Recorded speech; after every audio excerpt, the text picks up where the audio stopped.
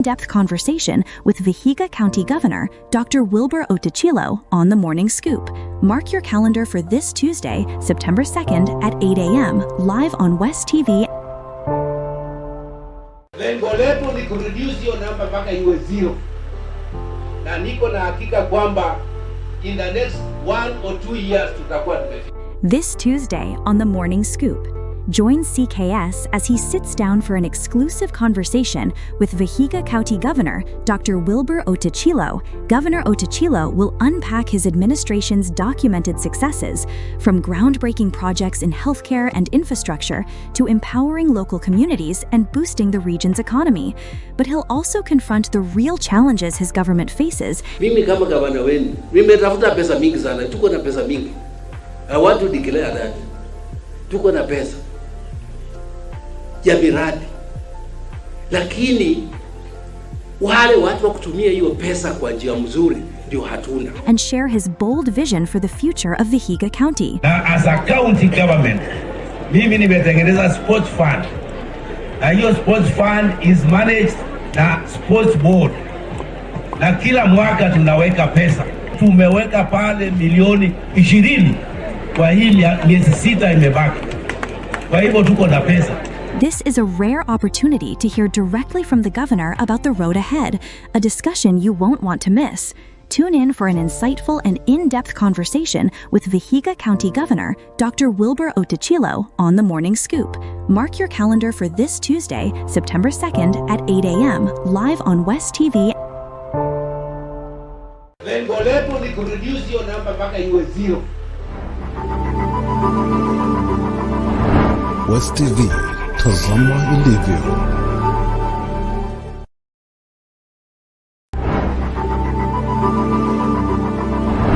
West TV, tazama ilivyo.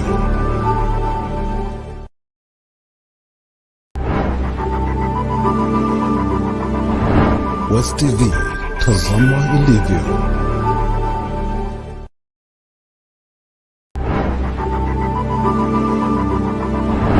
West TV, tazama ilivyo.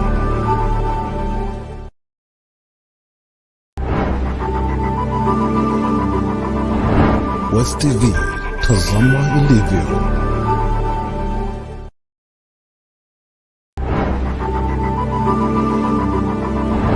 West TV, tazama ilivyo.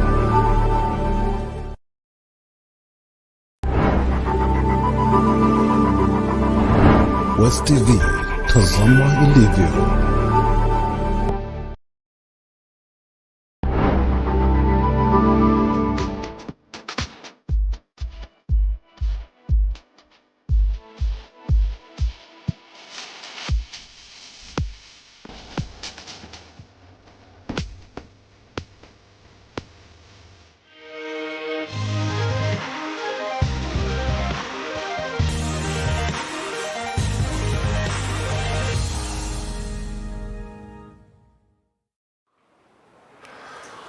Good morning, dear everyone. This is the Morning Scoop. Interestingly, today we are coming to you live from Vihiga. We are in the face of His Excellency, the Governor. A man steered the ship of Vihiga. Today we are going to hear from him, understand his wisdom, and more.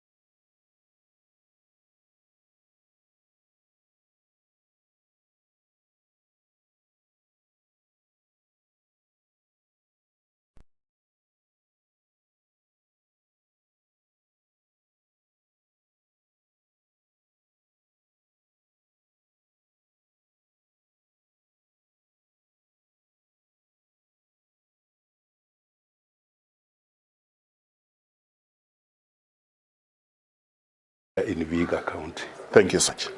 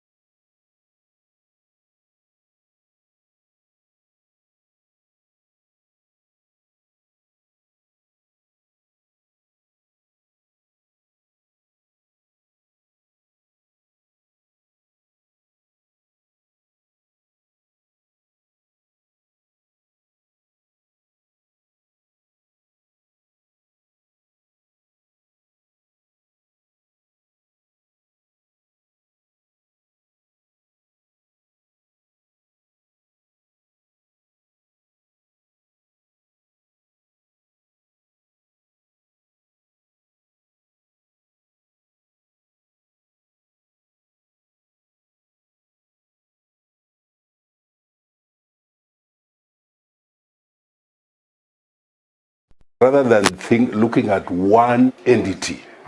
So looking at things in a holistic manner is the best way. And that's how life is meant, or that's how life functions, that you bring everybody on board. In English, that's what they say. Let's say development is incremental. You start small then and you add, and eventually becomes bigger cake. So that's what it means. So people should not be focusing on bigger things. Small things matter most and actually have the biggest impact to the society. That's interesting. You see, Vihiga County it's a name, right? Yes, it does. Uganda is called the Pearl of Africa. Yeah, that's Uganda. Yeah, it's the What Pearl is of the Africa. name Vihiga? Yeah. What is the name of Vihiga? The name Vihiga is called Vihiga, and Vihiga means Amaika. And Amaika means those are the stones, the 3 stones that hold a pot to cook. So Vihiga it consists of 3 key stones that form the county. And the 3 key stones are the Maragoli, the Tiriki, and the Banyore. Those are the 3 stones. Okay. And of course, we have now other smaller stones that are there, but those are the key. Well, I never would have known it from that angle. So let's begin with a bit of sensitive things. Finance. The budget, 2025-2026 financial year, the budget for Vihiga County is 6.9 billion. Correct. Of this is 6.55% increase from last. One would want to know what made the increase. Is it because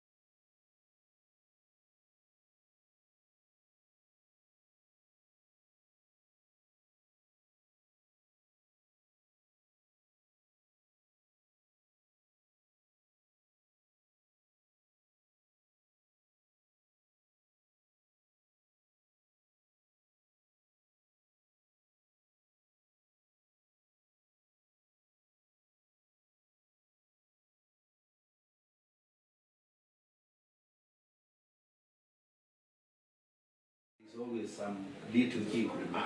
So in this case, we have had an increment because one thing, we have about 12 small counties in Kenya who, by virtue of the formula that is used to share revenue, they have been getting the lowest.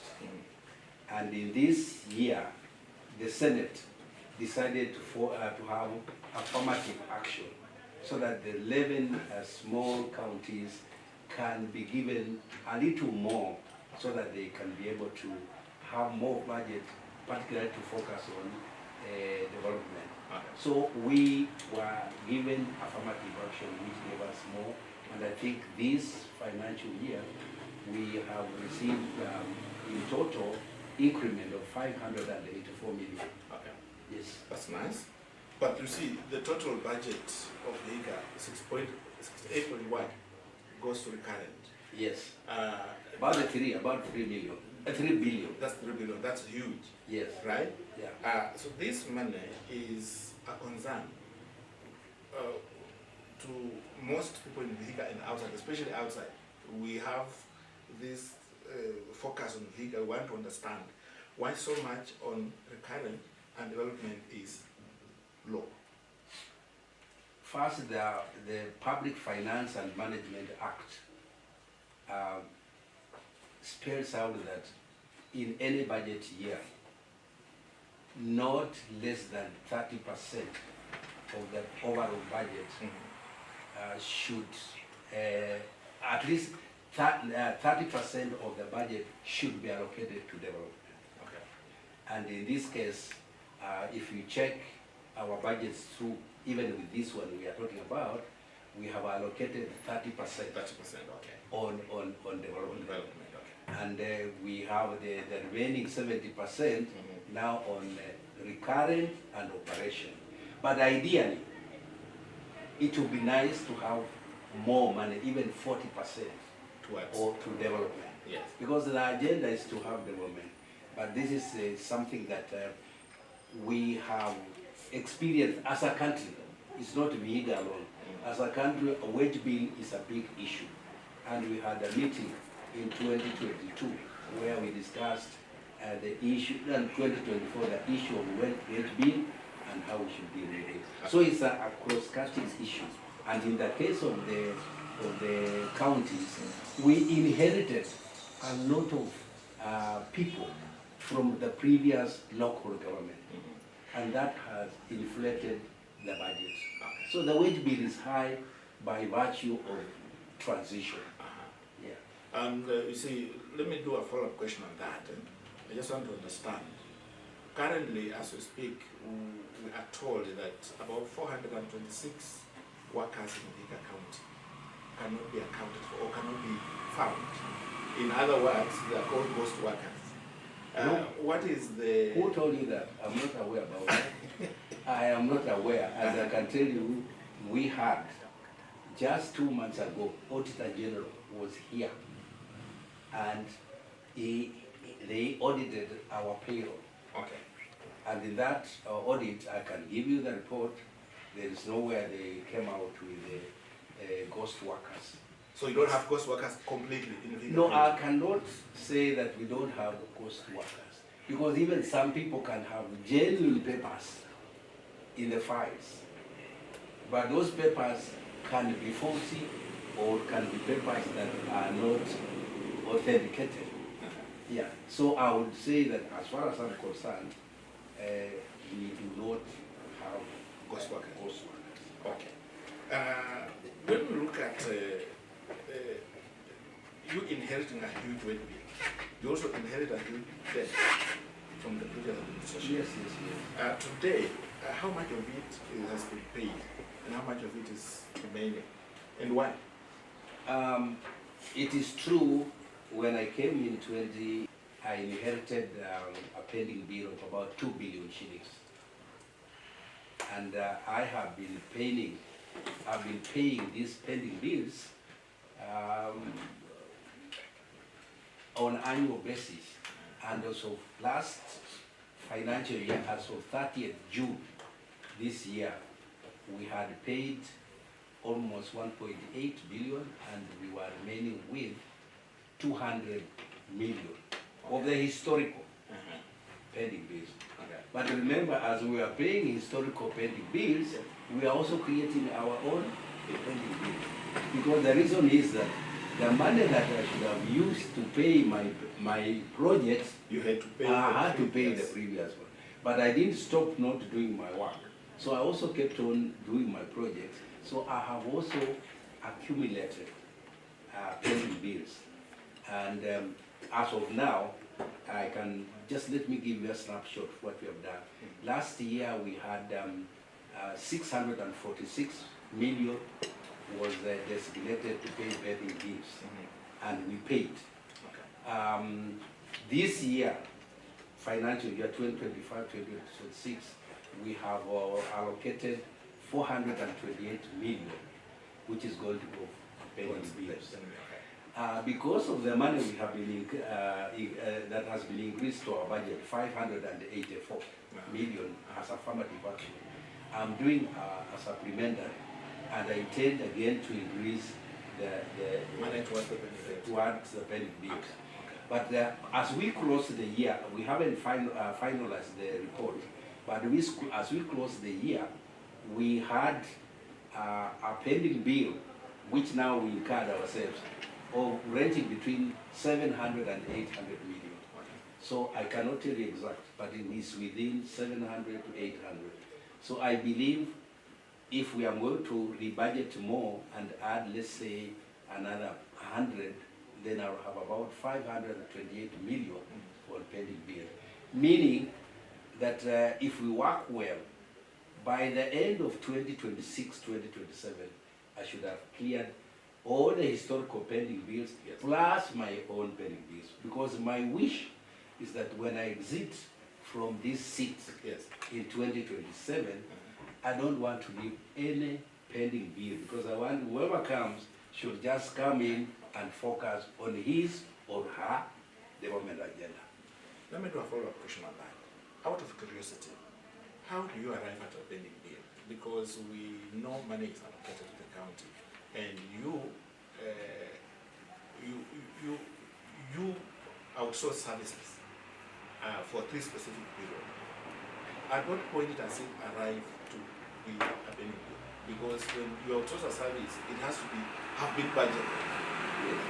It's a very important question, and many people ask why, how do these spending bills come around?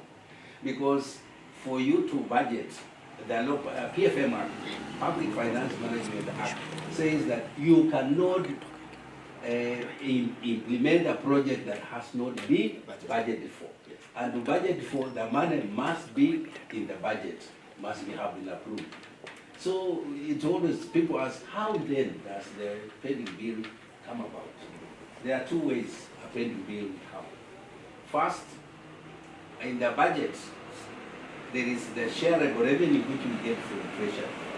And then there is our own source revenue, which we project and say this year we are going to collect, let's say, 400 million on own source.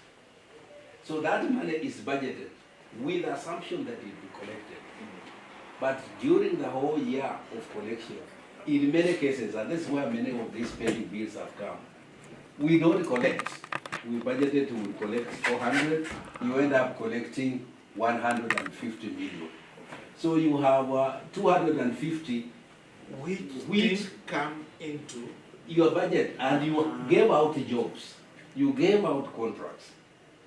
So you can find, you see, you gave out contracts, but you didn't raise You them. fell short on your own projections. Yeah, you fell short. The other way, there's another way also how the pending bills arise. And I think I want also listeners to understand this. Again, you budget for the projects are implemented. But because we have had money, money being released from treasury to the counties, at the end of the year, when the money is being released, it cannot be paid, because normally, like last year, they released the money on 29th of December, of June, and they were closing the IFMIS on 30th midnight.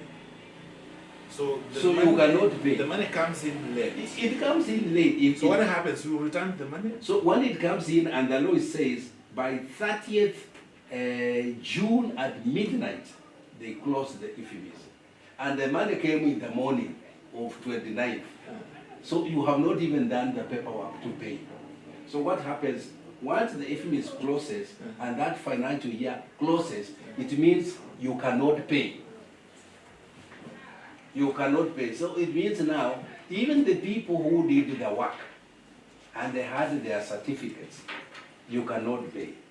And once you get to a new financial year, you have now to rebudget afresh for those projects that you were supposed to have paid, but you didn't pay. That's why you always hear contractors say, you know, my papers were at IFMIS and it was just ready to pay, and they didn't pay me. Question is, where do this money go? You take No, it no, back. the money now reverts back to your account. The money does not go back to treasury. The money reverts back To your account. to the county account. Yeah, the revenue account. Yeah. But you know the revenue account is in central bank. So basically the money is sitting there. You still don't have access. Yeah, you do that. It is in the central bank. And the law says you can no longer pay.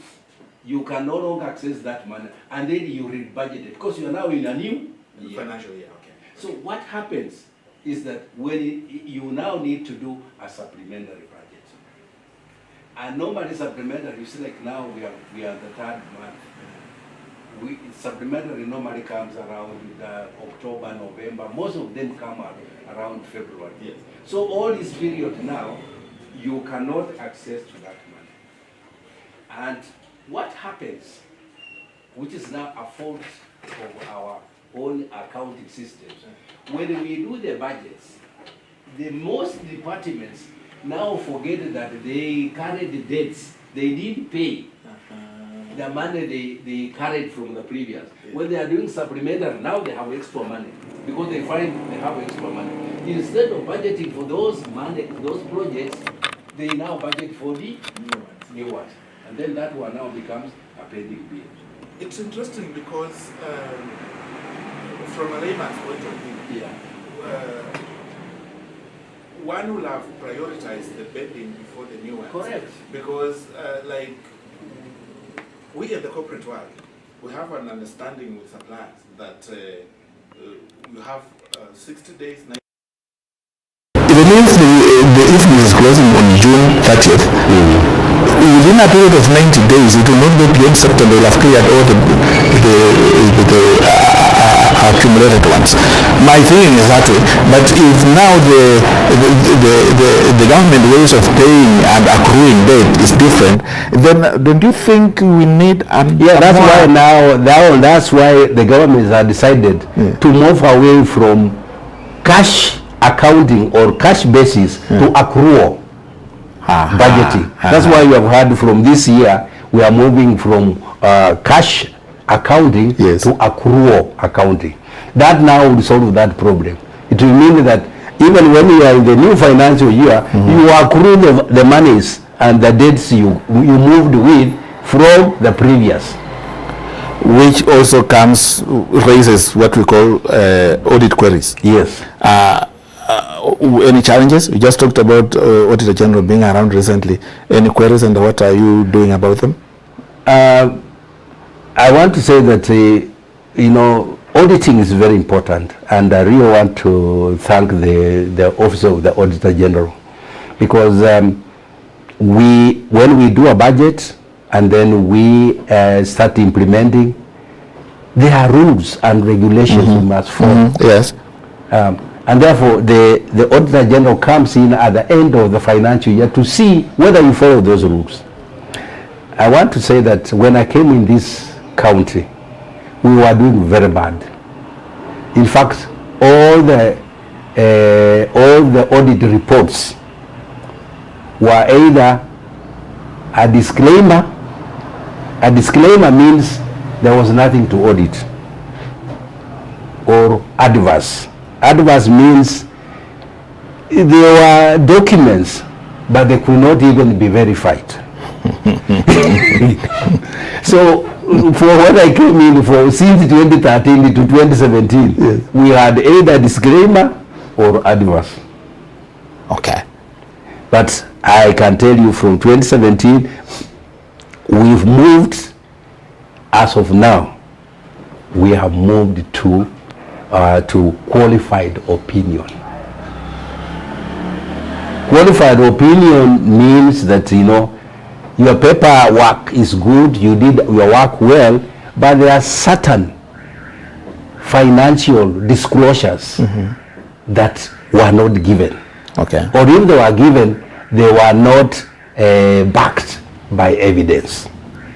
So I want to tell the people of Vihiga and people who are listening to me that currently we are doing very well in terms of managing our financial resources, and I'm happy now we have put in place good financial management system. The biggest problem we had in the initial government, they didn't have qualified people. Okay. They had people who are not qualified, and therefore they were not able to come up with the proper financial management systems. The issue of management systems is an issue because that means you are removing cash flow from the hands of people to an automated system. Correct.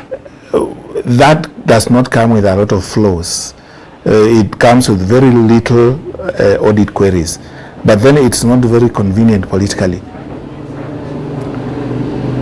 Why would they not be politically? Because you're removing jobs from people to systems. By the way, I think it's a misnomer or is a misconception that when you automate systems, you lose jobs. No. When you automate jobs, you create more jobs. You create more professional, you create more jobs. And I remember when I was a young man in the government, when computers were being introduced, the former president was so against it, saying that it was going to make people lose jobs.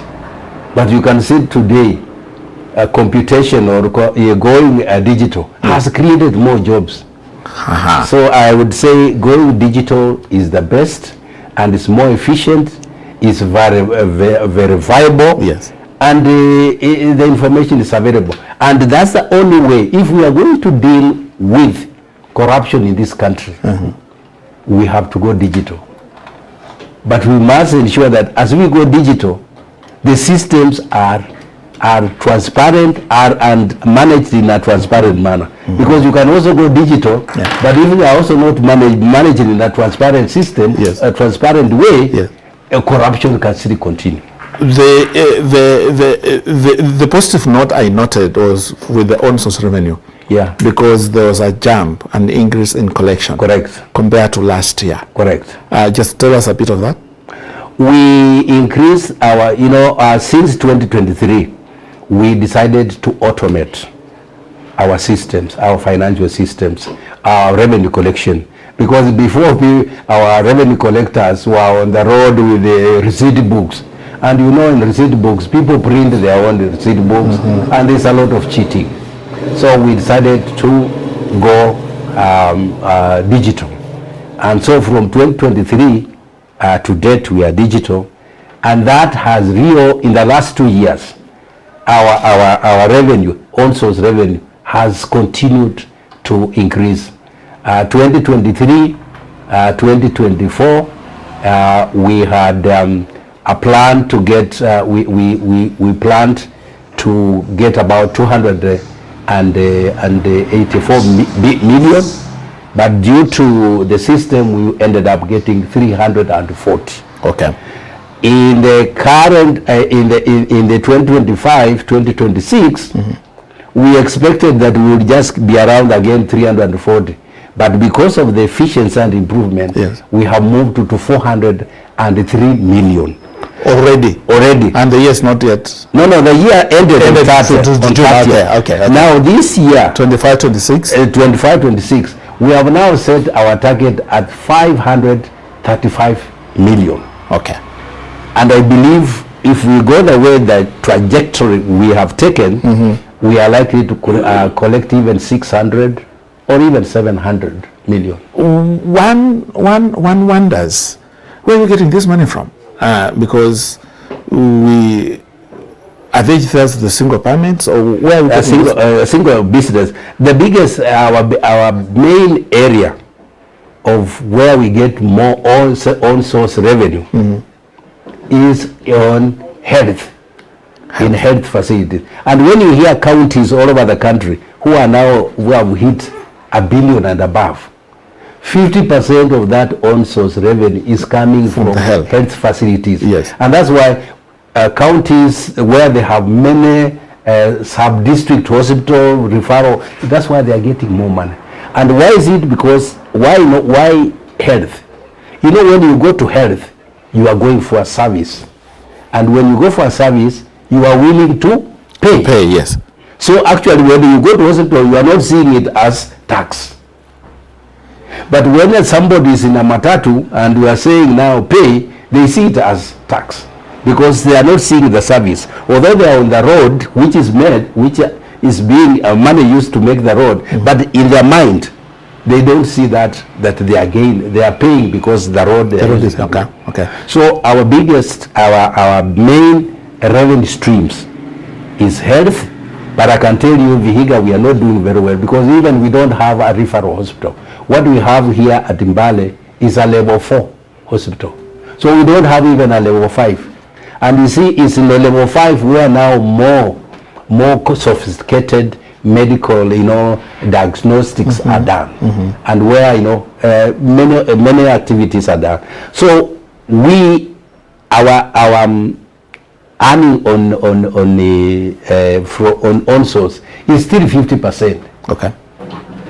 But if we improve our health facilities, our referral area is upgraded to level 5, and our level 3, which we are now calling sub-county hospitals, are upgraded to level 4, I believe we will be able to collect more money, and if SHA is working, we'll be able to collect more, and we'll be able to hit even $1 billion before the end of 2027. Okay. So that's is health. Yes. Then single business permit. That's the permits we give people to carry out business. Yeah. So that's the second.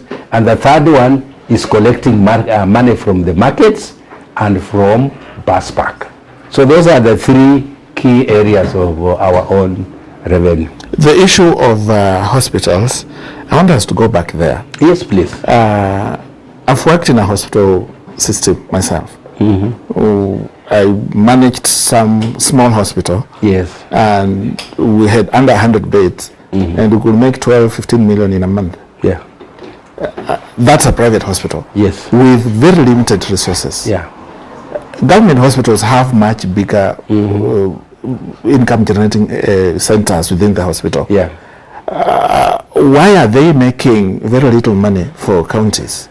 Why are they, for example, Vihiga, why are local hospitals entering into problems in terms of cash flow, employment, paying salaries, lack of medicine, because they also wanted to get money from you or from the budget for you to buy medicine when they can actually make money on their own. Why can't these hospitals be run like the way we do in the private sector?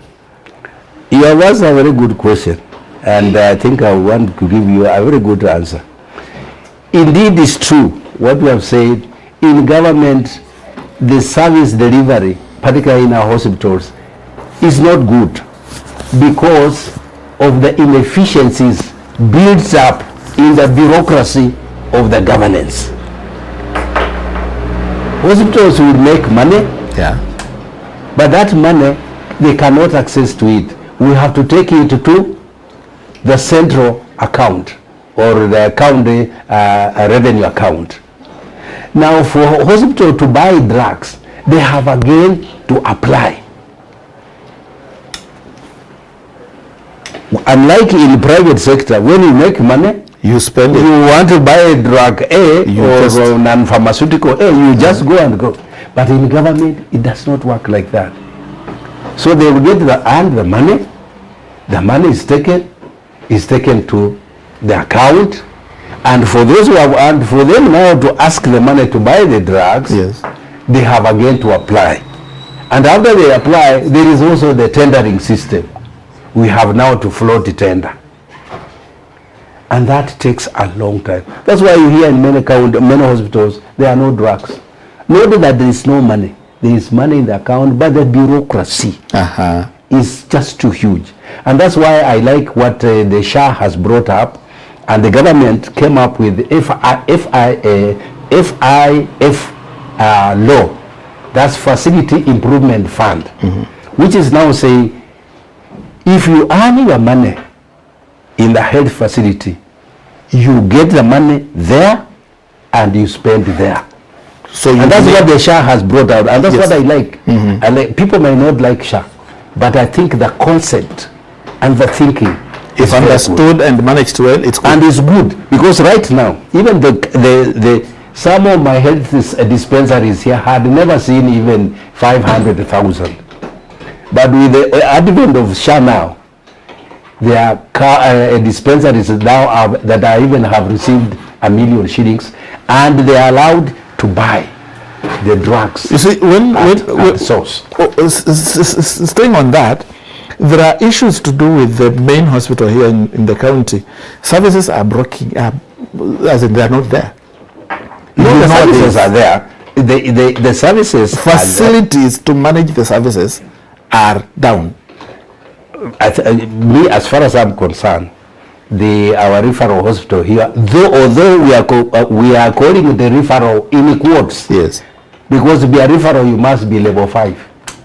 Our hospital here is not level 5. It's level 4, yes. It's a level 4. So basically it's not a referral. But I can tell you that the basic facilities and services are there. The only thing we are having a problem with, there are two things that probably are making people make a lot of, raise a lot of concern. First is the CT scan. Our CT scan has gone down or broken down. Why? This CT scan was applied to us through the national government program, which was called MES, Medical Equipment Supplies Service. That program ran for 7 years. And the people who brought us the CT scan were managing and servicing everything. Ours was to pay, using it and paying. But when that program ended last year, they withdrew the servicing and so on. So we have been trying to service, and some of these machines are very expensive. And mere service, just to do service, you need 10, 15 million shillings. We have been trying to service, but we reached a level now where this machine is very expensive to service. So it's the only machine that has broken.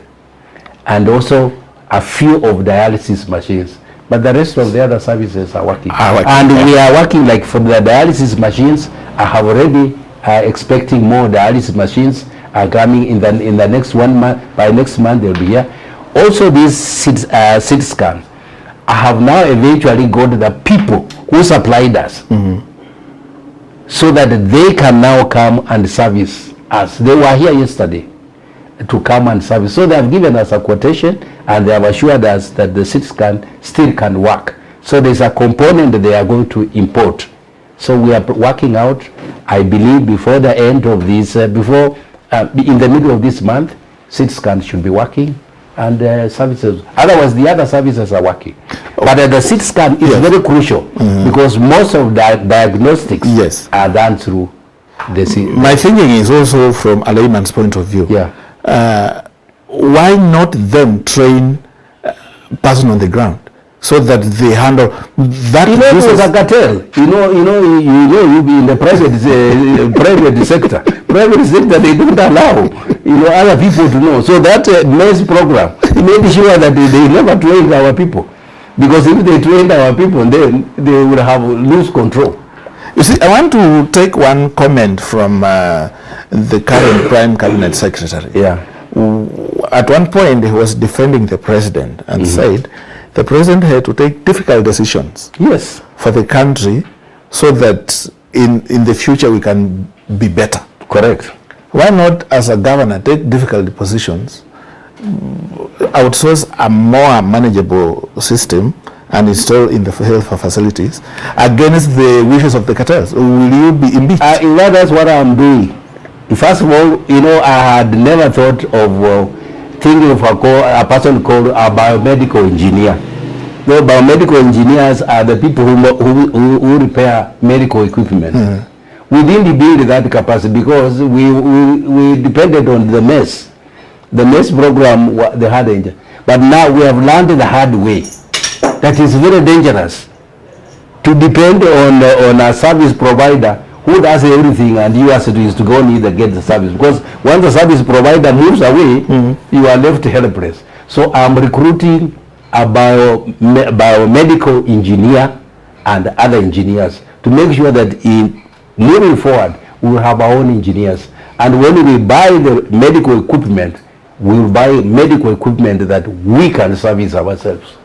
I think the governor is not worried that he can be impeached. He only has 2 terms, two years to end his tenure.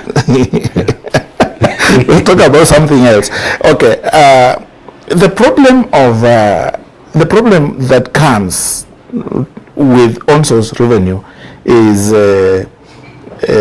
mostly trustworthiness. Correct. And I also want to quote you.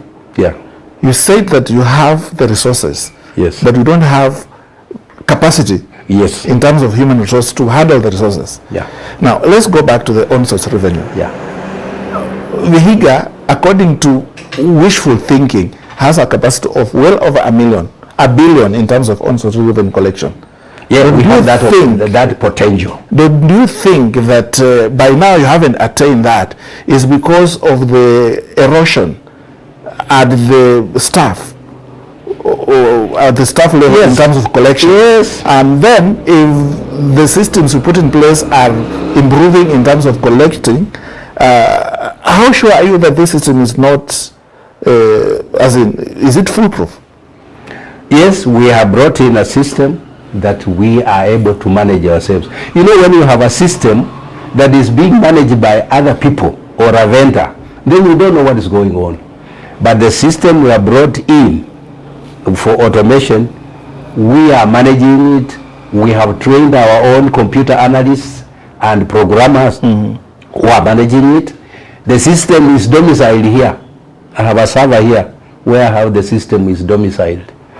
So we are now in control of the system. Okay. Second, we had to recruit young people. You know, the digital environment needs young minds, people who are inquisitive. So in 2023, I had to recruit young people, because before we had the former local government people who knew how to collect money was using force, and they didn't have the know-how to use the digital gadgets. So we have recruited young people who are technically savvy, and they are using that. But we have also trained them, and we have given them very strict conditions and the targets. Every month we have to give you a target, okay, which you have to attain. And if you consistently don't attain that target, then the chances that after a certain time we will remove you from the system. So that's what we are doing. Then of course, despite of even having digital, there is always a window for people to do wrong things. We have also said, if we find you have done something that is illegal, or you are trying to get money or circumvent the system, because some are refusing to use the POS that you used to put. They tell the clients, if they are matatu, just nipatie, give me 50 shillings to leave. If we find you there, we have said summary dismissal. Okay. And as I talk now, 2 of them over the weekend, they were caught. We are taking them to court, and we are going to have them punished. And if they are found guilty, which I know they will be found guilty, they will be put in jail. You see, in where I come from, we have a saying that you blame the chicken and you also play the wild cat. Because why was it doing in the sugarcane plantation? But you see, when this matatu guy is giving 50 shillings to your staff, what are you doing with the owner of that matatu? Are you reprimanding them? What are you doing with them? What we are doing, and I'm happy with our system here in Vihiga, our matatu people are the most organized. Our boda in this county are the most organized. They have a society, and we work together very closely with them.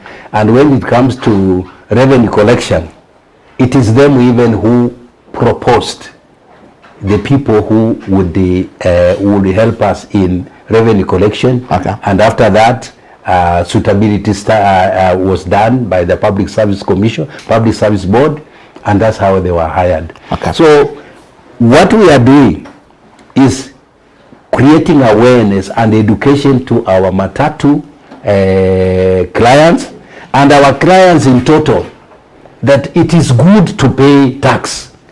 That's, in fact, I have now a very strong program which I'm going to spearhead myself, telling the people of Vihiga that it's good to pay tax.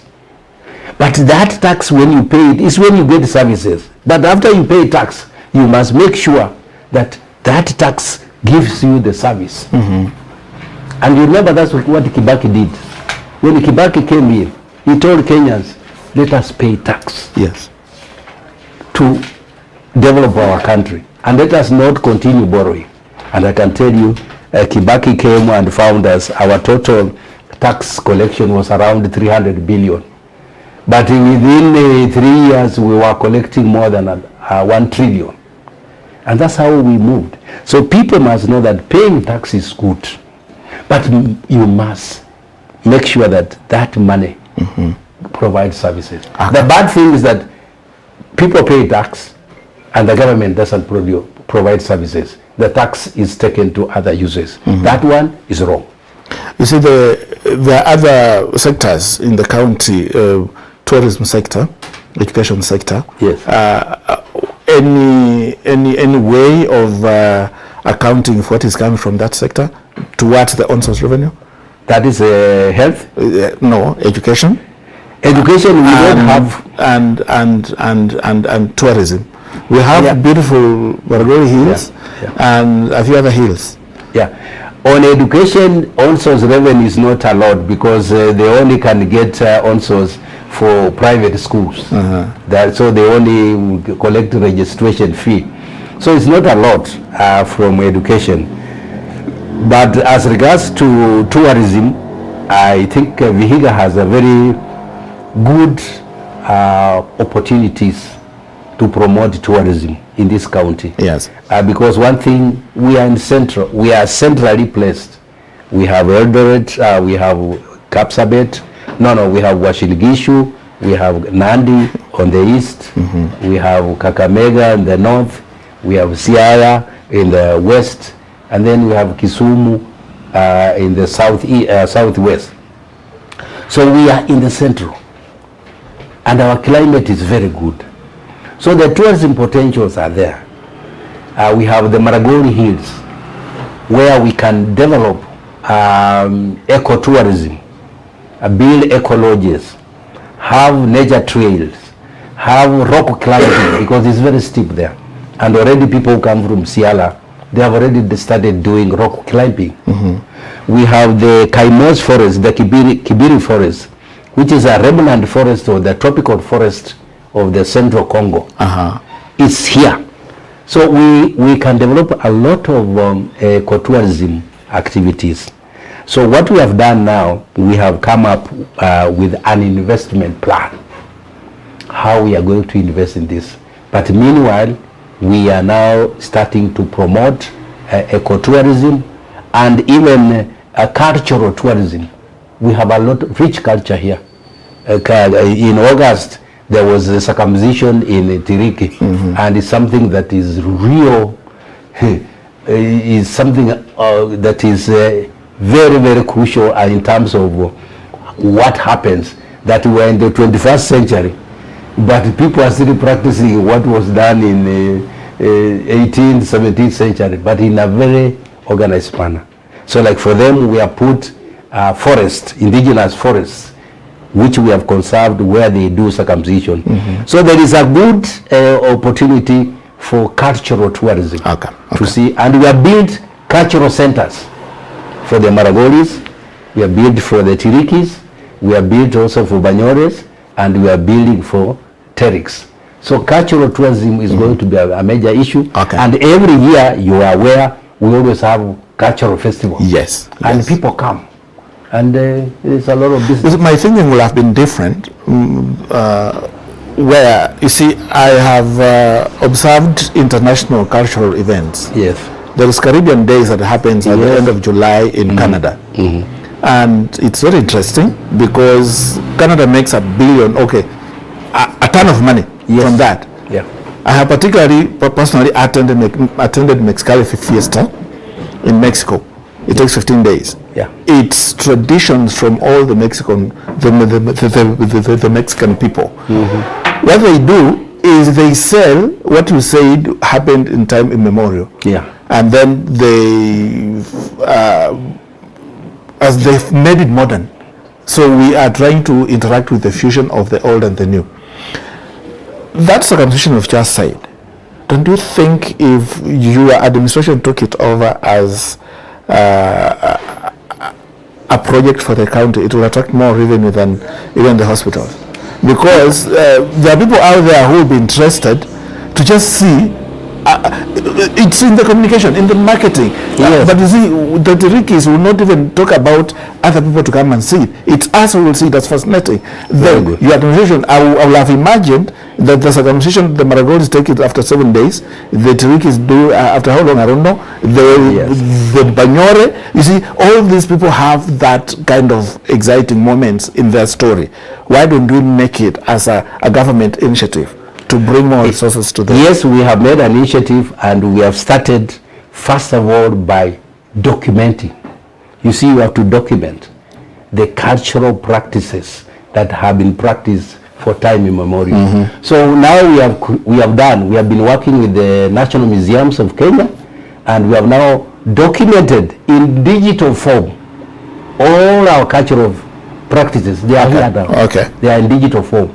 Now what we want now is to use these digital cultural documentaries to have our young people use these cultural documentaries to be able now to translate it in the modern world. And we have done it through the performing arts. You remember you even sponsored for us when we did the first performing arts at Chavakale. Yes. You remember that? We did, yeah. And we have continued consistently to do that every year. And now we have our young people who are now doing performing arts using the previous cultural festival. They are bringing our culture into our performing arts in a modern way. And right now I can say that our young people we have even a group that is now doing that performing arts every month. Okay. Are using, and if you see it, they are now borrowing from our cultural practices. Okay. And how even things like marriage, they are trying to show how the modern marriage is, this .com, this internet thing, and how we were doing before. Traditionally, okay. So it's blending the two. That's interesting because as we wrap up on the revenue, it will be nice and justice to the viewer if we actually do a comparison. Yes. From 2013 to 2025, 2026, your administration, you came in on the 2nd, 2017. Yeah, I came in the 2nd. Let's be fair to you. From 2017 to today, every year a certain amount of money comes. This year we're expecting 6.9 billion. How much accumulatively have the county received over the 10 years? Okay, I would say cumulatively we've received about, in total, would be about around 40 billion. 40 billion. Yeah. When you take 40 billion and put it in a place, someone will notice the money.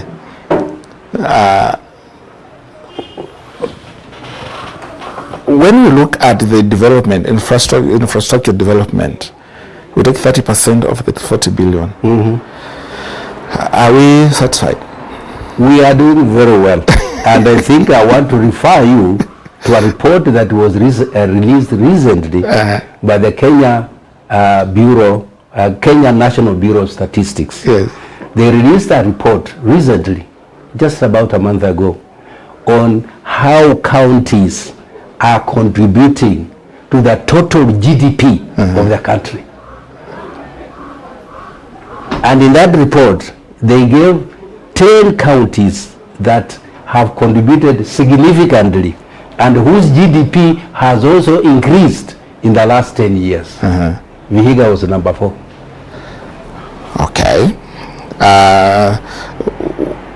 Where I come from, when we celebrate, we dance. What have you done with that? We celebrate, we dance. What have you done in terms of... the report came just a month ago. So I'm waiting for December. You're still relishing in the glory. Okay. Yeah. Now, the issue is this. Senator Halora has accused you of not building the markets. Of? Vihiga. Yeah. He's from Kakamega, yes. But he has pointed fingers at you that you have not developed markets. Your administration, how effective are you on that front? First of all, I have said earlier on, one of our biggest revenue stream is collecting money in the markets. So you remember you asked me which are your 3 main revenue streams? Yes. And I told you it is a single business permit. I told you, markets, and then I told you bus park. Yes.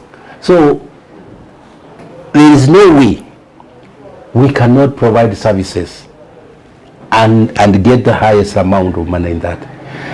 What he was saying, that we have not built markets, I want to tell you, if you go to Shamahoho, we have built a big shed there for a banana. You know what Shamahoho is known for? Bananas, yes. Anybody who knows Shamahoho in this country is about banana.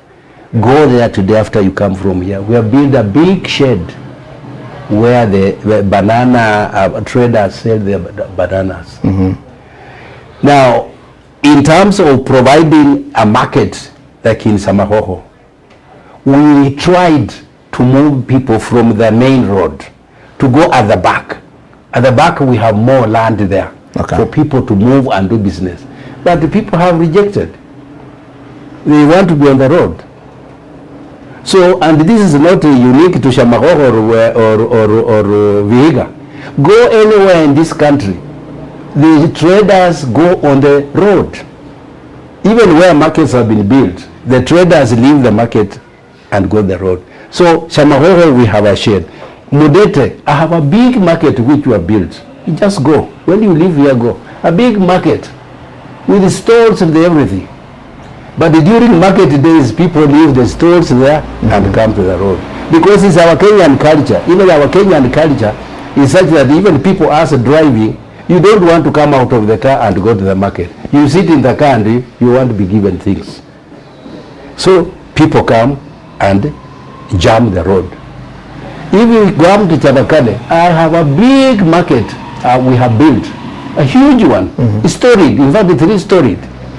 People don't want to occupy those stores. They want them on the road because the customers who are in the cars, they don't want to park their cars and go upstairs. I have all that. So I have all these markets. The issue is that people is the culture. Even go to Hayeka, where I think my good friend comes from. Pass there on Saturday, on Sunday, see whether you pass on the road. Their market has been built. It's there. But people are not on the road. You see, you go there on Saturday, on Sunday, whether you pass on the road. Let me do a follow-up question on that. You see, when I did a radio interview with you, I asked you about the dairy cows which you gave to the farmers. Yes. And I asked you whether it was scientific. Why? Because what your administration thinks is going to help the people is what actually not what the people want. Yeah, that's correct. If we have put science into the markets you're developing and brought in the people, I think it will be serving them better, and the Halares and us from outside will have seen that this guy is a genius. Because you thought that you can do a market for people to work in, the shed and the convenience, but the market is not there. The market is where the people are. You see, what can we do to put science into the development of the market? The issue of the market is a cultural transformation. We Kenyans, we must change our culture. Okay. You know, in Western world, people park and go to buy in the market. But our culture here is to stop on the road and buy things from the road. Even if you go to Nairobi, a capital city, people buy from the highways. People are selling things from the highways, and yet the markets are there. Drive through. Yeah, drive through. So it is a culture. It's our cultural practice which is wrong. It's just the way waste management. Waste management is also our culture.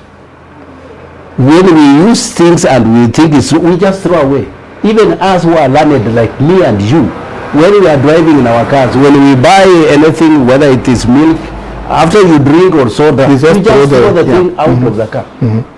In developed world, if you did that in Singapore, you will be jailed 6 months without any bail, and you will be jailed immediately. So then I think the science should also draw in the cultural thing, because the cultural thing here is a big issue. Our community has invested largely on how we used to be, not what we need to be. Exactly. So don't you think we need a more, and it also goes to the paying of taxes, because most people don't want to pay taxes. Of course, people don't want to pay You talked about the road. Yeah. and paying the taxes. But then most people don't even relate the two. Because when you are campaigning, you said, I'll make the roads. You didn't tell them you pay taxes. If you use that line, I will pay taxes on the campaign trail, you will not be elected. So I think it's the cultural thing. It is the cultural way of looking at things. And that's why I told you, Kibaki was one bold president who told just Kenyans, pay taxes. And that's what I'm also telling the people of Vihiga. If you want maendeleo, if you want development, you must pay tax. Okay. Okay. You see, let's dwell a bit on the infrastructure development. You see, when I follow conversations from around Vihiga, there are those who say you've done a splendid job. They're excited with the way things have turned out to be. Thank you. But there are those who are not satisfied. That's normal. In a society, there will be critics and there will be people who are rational in thinking. Okay. So I'm not surprised. Give us in numbers how much roads you've been able to do. I can tell you, just onset, Vihiga is a small county and we have done an incredible job. You can literally go anywhere in this county driving, except in the hilly areas where you cannot go because of the terrain. Mm-hmm. But we have put, in terms of access roads, they are everywhere. And we have been able to maintain them, maram them. But the challenge we have here, we have rain almost throughout the year. Out of 365 days, 300 days we get rain. So that's the biggest challenge, but you can get anywhere. So we have all weather roads. Also when it comes to tarmac roads, I can tell you we are one county that is all our main roads are tarmac, and the few that are remaining are being tarmacked. Mm-hmm. And if you allow me, we have the time, I can tell you all the roads. Okay, just mention because I'm interested in the number of kilometers done. Number of kilometers. And then the number of kilometers we have done. I also wanted to differentiate whether any of those projects were done by the national government and in what percentage is it. Yeah. You see, all weather roads, those are roads that are marammed roads. Mm-hmm. We have over 1,280 kilometers. Kilometers, okay. Of all weather roads in the county, which are maintained. But of course we have also access roads, small roads that go to villages, which we open, and not necessarily we maintain all the with the maram, but they are motorable. Okay.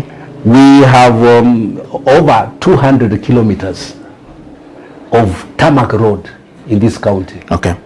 Which we have done through the cooperation between the national government and the county government. Okay. Like in town here, we are doing roads with Kura, Kenya Urban Support, Kenya Urban Rural Authority, Rural Roads Authority. But we have also done our own roads here as a county. Currently, there's a road being constructed from here to Magata, to Emilabi, to Luanda. Is being done through cooperation with the national government. Yes. We recently completed a road which was also done through cooperation between Majengo and Shamahoho. Yeah. Is almost complete. There is a road now being done from Mago to join the Kakamega Road near Lusui is being done. So there are quite a number of roads, and if you check the main roads in the county, yes, they are all tarmac roads. There is a very small stretch of road. I know where it is. Chavakale Lusiola. Yes, it's a 3-kilometer road. It's that's a road that we have already worked out with the national government, and it's been tendered out, and we will get a contractor too. Good. Kakamega have done their part. You can read my mind again. What's the next question? In terms of agriculture, this being agricultural community. Yeah. What infrastructure are you putting in place? You see, every time we look at agricultural community, we where I come from, we'll be looking at posho mills because we do a lot of grain. But then Vihiga, what do we have? As in, there's a lot of tea here. Yes. And what else do you have, and what infrastructure development are you putting in that sector? Agriculture is the main economic stay of Vihiga County. More than 80% of the people in this county depend on agriculture for their food security and livelihoods. For many years, agriculture here has been practiced for subsistence purposes or on subsistence level, meaning they only grow food to eat, not to sell. But in the process, we also have the highest density of population in this country. Our current average population density is 1,180 people per kilometer square. So in terms of density, we are next to Nairobi. So land subdivision is a major problem, and the pieces of lands have become too small. They are no longer economically sustainable, even for subsistence. So when I came in, I changed the narrative from subsistence to agribusiness. So for the last 8 years, I've been promoting agribusiness. Mm-hmm. I want people to move away from growing maize, because the pieces of land are too small for growing maize. Let's go to horticultural crops. Let's grow vegetables, and that's why I have been promoting African leafy vegetables, the original African vegetables. Mm-hmm. You have seen that people are coming back. We went out to eat meat and sausages, but we have discovered these have a big health problem. Yes. So we are coming back to eating vegetables. So we are promoting production of African leafy vegetables, mm-hmm. and it's doing very well here. Okay. And we are now even in markets, supermarkets, we have groups here that are doing. Okay. We have bananas. We are very good at bananas. We talked to Shamaho. Again, we have decided as a government to do value addition for the bananas. For bananas, I have built a factory for them at Muno. You are here. Here, it's not far away, where they are getting bananas and adding value, making crisps, making. I told them to make wine like the Ugandans do. Even if they want to make waragi, it's okay as long as they get the license. Mm-hmm. Yeah, and then I have also even the back of the maize, you know, of the bananas. You know when they peel the bananas. Yes. Normally the back is thrown. Yes. Now with the new value addition, the backs are now processed to produce something called omunyu. You know munyu? Yes. The tenderer, mm-hmm. which is used now when you are cooking meat or when you are cooking vegetables, you put in there and it tenderizes the meat. It makes it very soft. It gives it a new lather or a new smell. Mm-hmm. So now we are producing. If you want to buy omunyu, yes, it's here, bottled. Okay. We have built in Ivola, in Hamisi, aggregation center for bananas. They are doing that. We are building a major aggregation center in Rwanda for processing about 5 crops. We will build the African bananas, African leafy vegetables. We are now promoting a lot of growing of avocado. Mm-hmm. We are doing that. And then dairy, we are doing that. And recently we have now added coffee. Mm-hmm. Coffee, Vihiga used to be one of the highest coffee producers in the country. But due to mismanagement of cooperatives, we are bringing it back. Okay. So as agriculture now, I am changing. You know, 70% of our population are young people, the ones you are seeing here. Yes. Now, young people cannot go growing maize. We are now teaching them to do agribusiness. So we are training them to be agripreneurs. And we have trained quite a number using many development partners. World Bank have used practical action. And right now we have recruited about 175 young people who are now taking various value chains. Okay. Training with the farmers, and from there we expect them to become their own farmers. They employ themselves, and already I can tell you we have a number of young groups of young people who are doing very well in agriculture as I am talking now. Okay. You see, we need to come to an end of the show. Yeah. But I have a few questions to complete. Let's talk about media reports highlighting labor disputes. Labor disputes. Yes. A strike here, another one here, yes. A complaint here. Yes. Public service issue. I understand you hold it, the recruitment and appointments by the county public service board. Yes. Yeah. Then there is usually the normal politics that is associated with maybe over concentration of specific people in the county workforce. Now, when people come and the employees of the county government, majorly in the private sector or this small kids school, kindergarten, ECD, and then health sector, most of them have their own complaints about this county government, which you had.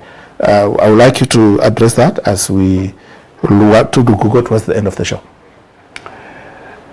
Well, in any society or in any entity, labor disputes are always there. And that's why we have international labor organization, and we have labor organizations, we have workers union to demand for their rights. So Vihiga is not unique when our staff demand for their rights, which are genuine and which are correct. So yes, we have had a lot of labor disputes, but most of the labor disputes have been national, particularly in the health sector. The doctors, remember last year, the doctors down their tools. We had to take a long time at the national level with the Council of Governors and the national government to come to an agreement for payment of the CBS they had signed in 2017. We have had and then labor dispute with the nurses. Again, they went on strike. Again, we brought them back. We had a labor dispute with the clinical officers who have been on strike up to last month. So these labor disputes have been there, and the disputes are mainly on promotions, getting higher promotions or salary increments, or getting other benefits.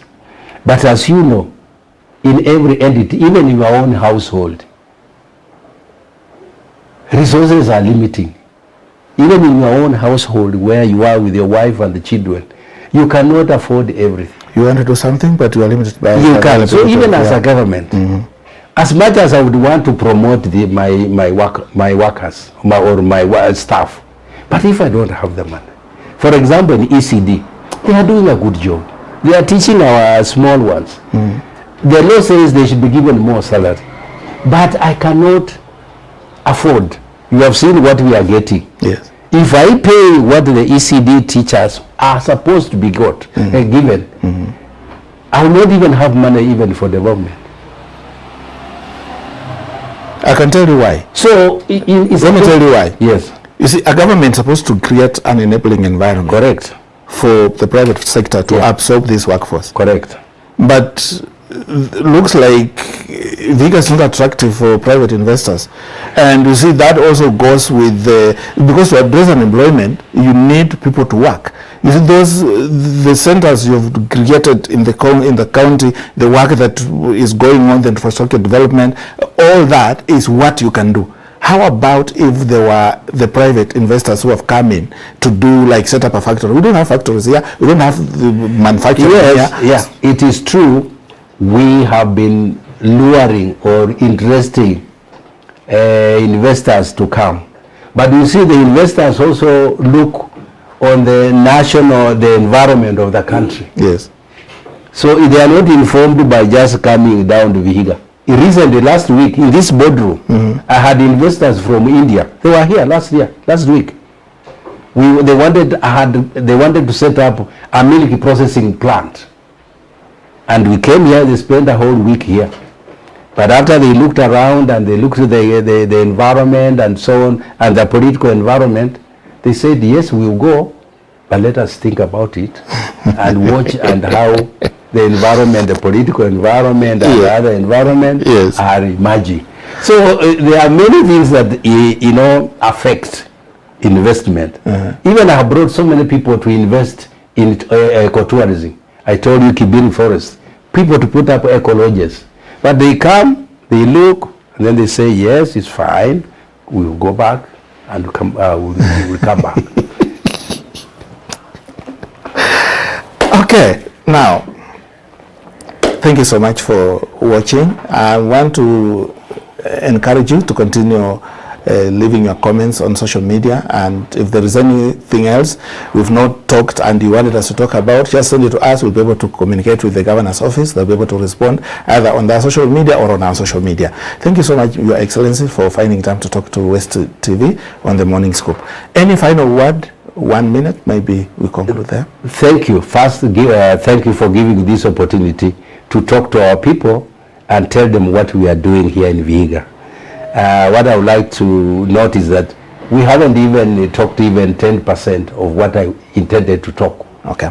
We have not talked about even water. I've done so well on water provision in this country. We have not talked about education, which I'm so enthusiastic, so much involved. So there are many things we have not talked, but I think the opportunity you have given us is good. We have let people know what we are doing, and I'm willing to even come back, or I come to your studio and we talk more. We'll talk more about this. But what I would like to end by saying is that devolution is working despite of the many challenges. And the best thing that ever happened to this country is devolution. The 2010 Constitution. And every Kenyan, despite of all the challenges, should know that it is devolution that is going to bring development to this country. Because the last 10 years, devolution has been in place. We have seen tremendous changes despite of the challenges we have. Okay. So I would want to plead to Kenyans to support devolution. Okay. The current narrative seems to indicate that devolution has failed, and the issue of corruption seems to be being focused on the counties, but not where the origin of devolution came from. Devolution, corruption is a major concern as a country, and it should be not just be focused on county governments. It should be dealt with in a holistic manner. Finally, we need, as a country, to focus on how we are going to move as one entity and how we need to develop this country. I have a feeling we spend more time talking politics but not acting. I wish we could stop talking and working and implementing, even with the little we have. I think it will make a big difference. Finally, we need peace for this country to move on. Thank you so much. You see, we are ending. Before I ask him about corruption, he just reminded me, he's given us a date. We're going to follow it up so that we conclude that bit of... I wish we had even time to talk about e-procurement. Yes. Because it's the topic in place now. Yes. And It's all right, sir. Thank you so much on behalf of Hiran Mgaisi, who is the director of the program. This is CKS.